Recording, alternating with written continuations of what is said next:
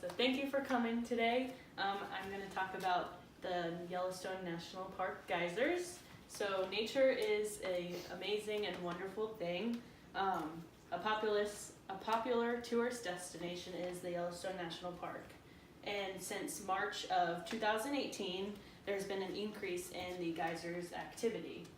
And it's been noticeable to tourists and scientists alike.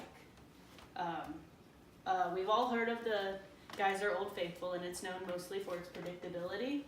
And however, there are two geysers that have been more active than they usually are, which is the Steamboat and Ear Spring Geyser.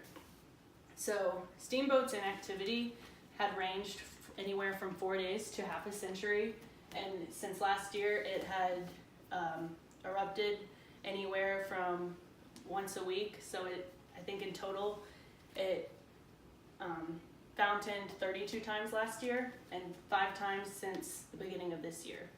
And the other Ear Spring Geyser erupted the first time since 1957, and interestingly enough, with that fountaining, it spit out stuff from the 30s. So they found trash, they found a pacifier from the 30s,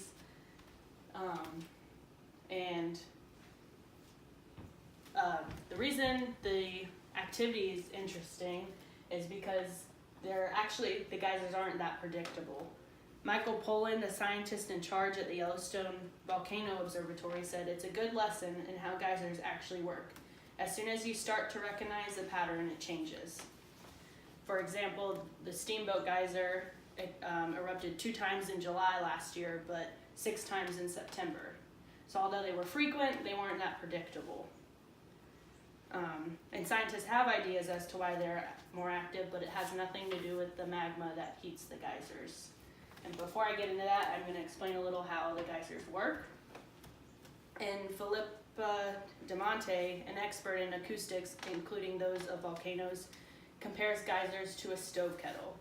So she explains like a shallow pan takes a while to heat up, but the enclosed water in a kettle boils faster. So like the crevices in the geyser system have expanded because of a recent earthquake in the park last year, and as well as the water supply has increased because they've had a more snowfall in the past year than they have in a while.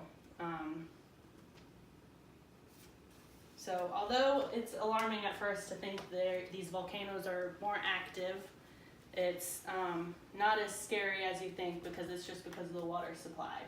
And the magma reservoirs are actually mostly solid magma, and they're miles below the surface.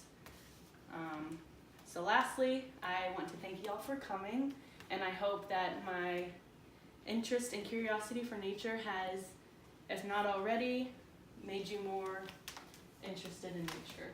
So thank you one more time. Okay.